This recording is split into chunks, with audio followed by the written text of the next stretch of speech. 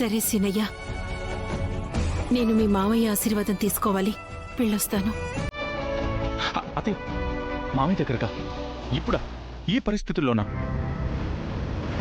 ఈ పరిస్థితి నుండి బయటపడాలంటే నేనిప్పుడు బయటికి వెళ్లాల్సిందే సీనయ్య. వదిలే అత్తయ్య, ఇప్పుడు నువ్వు వెళ్తే ఏం జరుగుతుందో ఏంటో. కొన్ని రోజులు ఆగత్తయ్య. నిన్ను మామయ్యని కలుపుతానని మేము మాటిచ్చాం కదా. ఏదో ఒకటి చేసి మిమ్మల్ని కలుపుతాం. మీరిద్దరూ చిన్నపిల్లలు సీనో. ఏదో నా ఏడుపు చూడలేక అలా చెప్పిందే కాని మీరేం చేయగలరో? పైగా మీ మావయ్య పంతంతో వెళ్లారు. ప్లాన్లు వేస్తే వచ్చే మనిషి కాదా ఆయన? నేనే వెళ్ళి ఆయన కాళ్ళా వేళ్ళా పడి ఇంటికి రమ్మని బతిమలాడుతాను.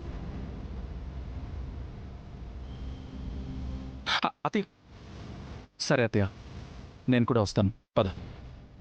వద్దు, నేనే వెళ్ళొస్తాను. అత్తయ్య, అత్తయ్య.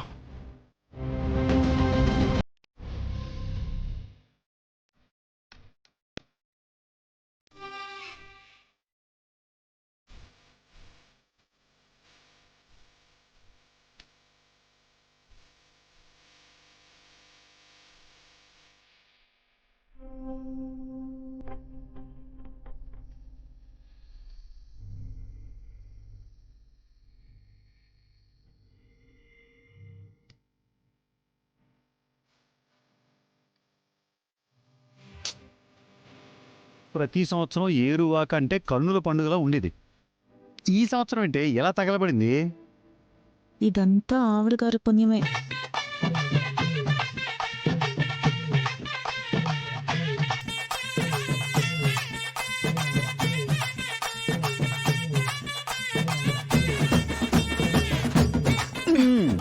ఊరికే నిలబడండి, కదిలితే అన్నయ్యకి చెప్తాను.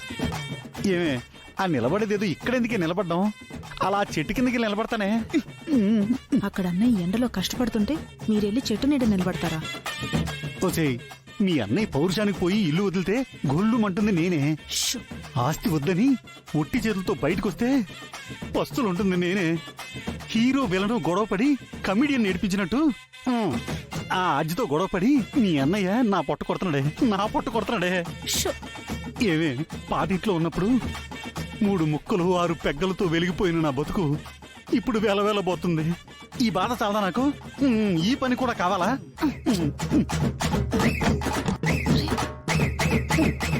ఏమే పద్మా, అమ్మా, ఏమంటున్నాడే నీ మొగుడు? అది అత్తయ్య, అది ఏం లేదమ్మా. అన్నయ్య పని చేయడం ఏంటి, ఎలా ఉండేవాడు ఎలా అయిపోయాడు అని తెగ బాధపడిపోతున్నారు. Correct, always correct. కరెక్ట్ గా చెప్పేసింది. అంత జాలి చూపించేవాడివి రఘుకొచ్చి సాయం చేయి. ఏంటి అత్తగారు? సరే అత్తగారు, పని చేస్తా. ఈ గుణపం తీసుకుని పని చేస్తా. కరోనా వచ్చి ఎంతో మంది పోతుంటే ఈ ముసలి బలి తప్పించుకుందే నా ప్రాణానికి.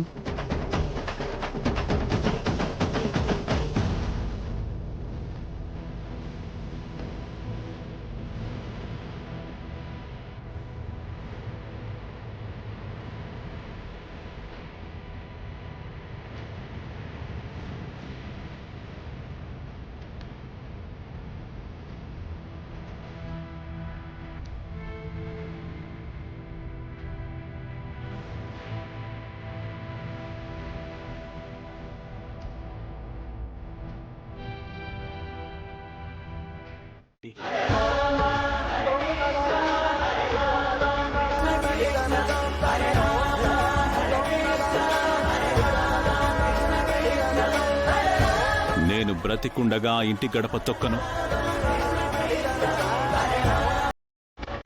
ఒకవేళ నేను చచ్చినా నా శవం కూడా ఆ ఇంటికి రాదు. శివ శివ!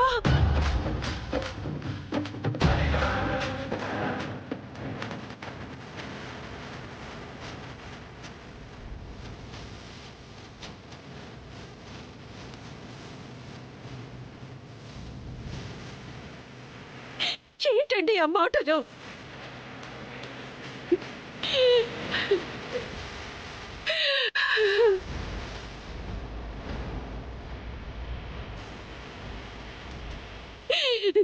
దయచేసి అలా మాట్లాడకండి. నువ్విక్కడికి దయచేయబట్టే వాడికి ఆ మాటలు వస్తున్నాయే. అత్తయ్య మీరు కూడా ఏంటి? ఎవరు నీకు అక్కయ్య? నా కొడుకు ఎప్పుడైతే నిన్ను కాదనుకుని ఆ ఇంటి గడప దాటాడో అప్పుడే మాకు నీకు కూడా బంధుత్వం తెగిపోయింది. గుర్తుంచుకో. అవును, మీకు మాకు ఏ సంబంధం లేదు. అన్ని తెగదెంపులు అయిపోయాయి. మళ్ళీ ఇక్కడికొచ్చి నువ్వు వెలగబెట్టాల్సిన అవసరం ఏం లేదు. వెళ్ళు.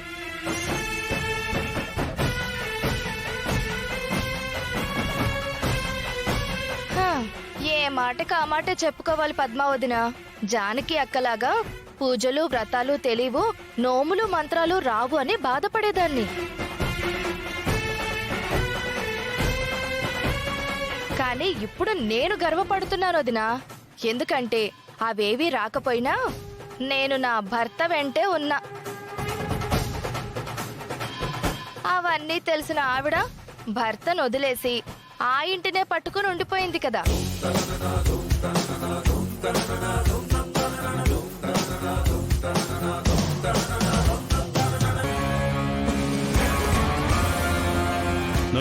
రే, దాని నోరెందుకురా ముయిస్తావు? ఇన్నాళ్ళకి అది కూడా కరెక్ట్ గానే మాట్లాడింది.